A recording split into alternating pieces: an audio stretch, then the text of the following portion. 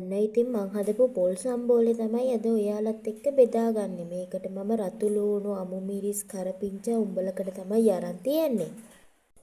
රතු ලූණු ටිකයි, අමු මිරිස් ටිකයි, කරපිංචා ටිකයි, උඹලකඩ ටිකයි ඔක්කොම දාලා හොඳට කොටා ගන්න ඕනේ.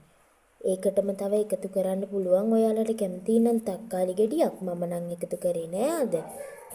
ඒකටම මිරිස් කුඩු ටිකකුයි ලුණු කුඩු චුට්ටකුයිත් මන් දැම්මා. ඒ කරලා ඒක හොඳට කොටාගෙන මම පොල් එකට එකතු කරා.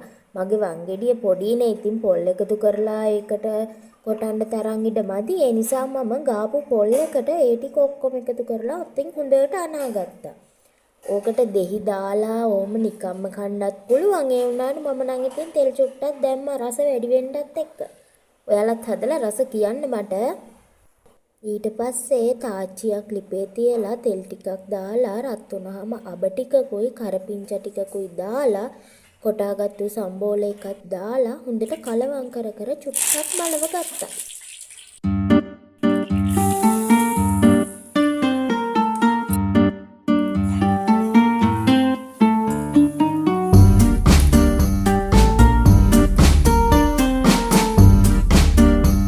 මේ තියෙන්නේ අපේ සම්බෝලේ. ඔන්න ඉතින් අද මං උයාගත්තේ උණුම උණුබත් එක්ක පරිප්පුයි කැරට් දාපු බිත්තරයි සම්බෝලයි. මේ තියෙන්නේ ඉතින් අපේ රසමරස කෑම එක. දැන් කන්න තමයි තියෙන්නේ. ඔයාලත් හදලා බලන්න. ඔයාලා වෙනස් විදිහකට හදනවා නම් මටත් ඒ විදිහට කියන්න. මමත් try කරලා බලන්නම් ඒ විදිහ.